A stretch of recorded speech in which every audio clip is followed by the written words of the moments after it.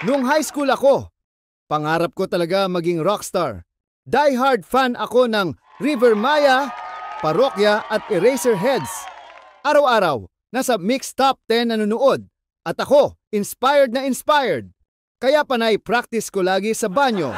So feeling ko ready na ako mag-vocalist sa banda. Problema lang, yung crowd ko dati, tabo at shampoo lang ang pumapalakpak. Ang tunay na plano ay i-impress yung crush ko. Kaya nag-vocalist ako para mapansin niya. Kahit walang talent yung tropa ko, sabi ko, pre, ikaw na sa gitara. Sabi niya, di ko alam paano. Sabi ko, sakto. Hindi rin alam ng crush ko kung paano. Suot ko, plain black shirt with Astro Boy logo, maong jeans, Chuck Taylor shoes, curtain style na haircut at black shades.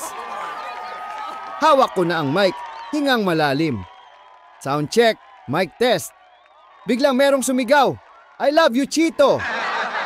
Sabay sabi ko, I love you too, baby girl. Binaba ko ang shades ko at kumindat. Nagsigawan ang crowd. Good morning! Kami nga pala ang bandang The Science Project. Ready na ba ang lahat? Nagsigawan ang crowd. Pati crush ko nandun. Tinugtog namin ang Parokya, River Maya at Eraserheads. Pagkatapos namin ay hinihingal na kami. Imbes na pare ko, ang nasabi ko, oh, pare ko, may exam pa tayo bukas. Feel na feel namin maging rockstar bro. Ang lakas pa ng loob namin, nag-group hug pa. Tapos biglang lumapit si principal. Mga anak, bukas kayo maglinis ng classroom. Kayo yung pinakamaingay eh.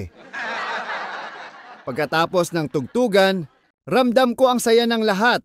Pagpasok ko sa room namin, nandoon ang crush ko at nakangiti siya. At doon ko naramdaman, kahit simpleng school band lang kami. Solid ang The Science Project Band. Memorya na hindi na mauulit pero hinding-hindi mawawala.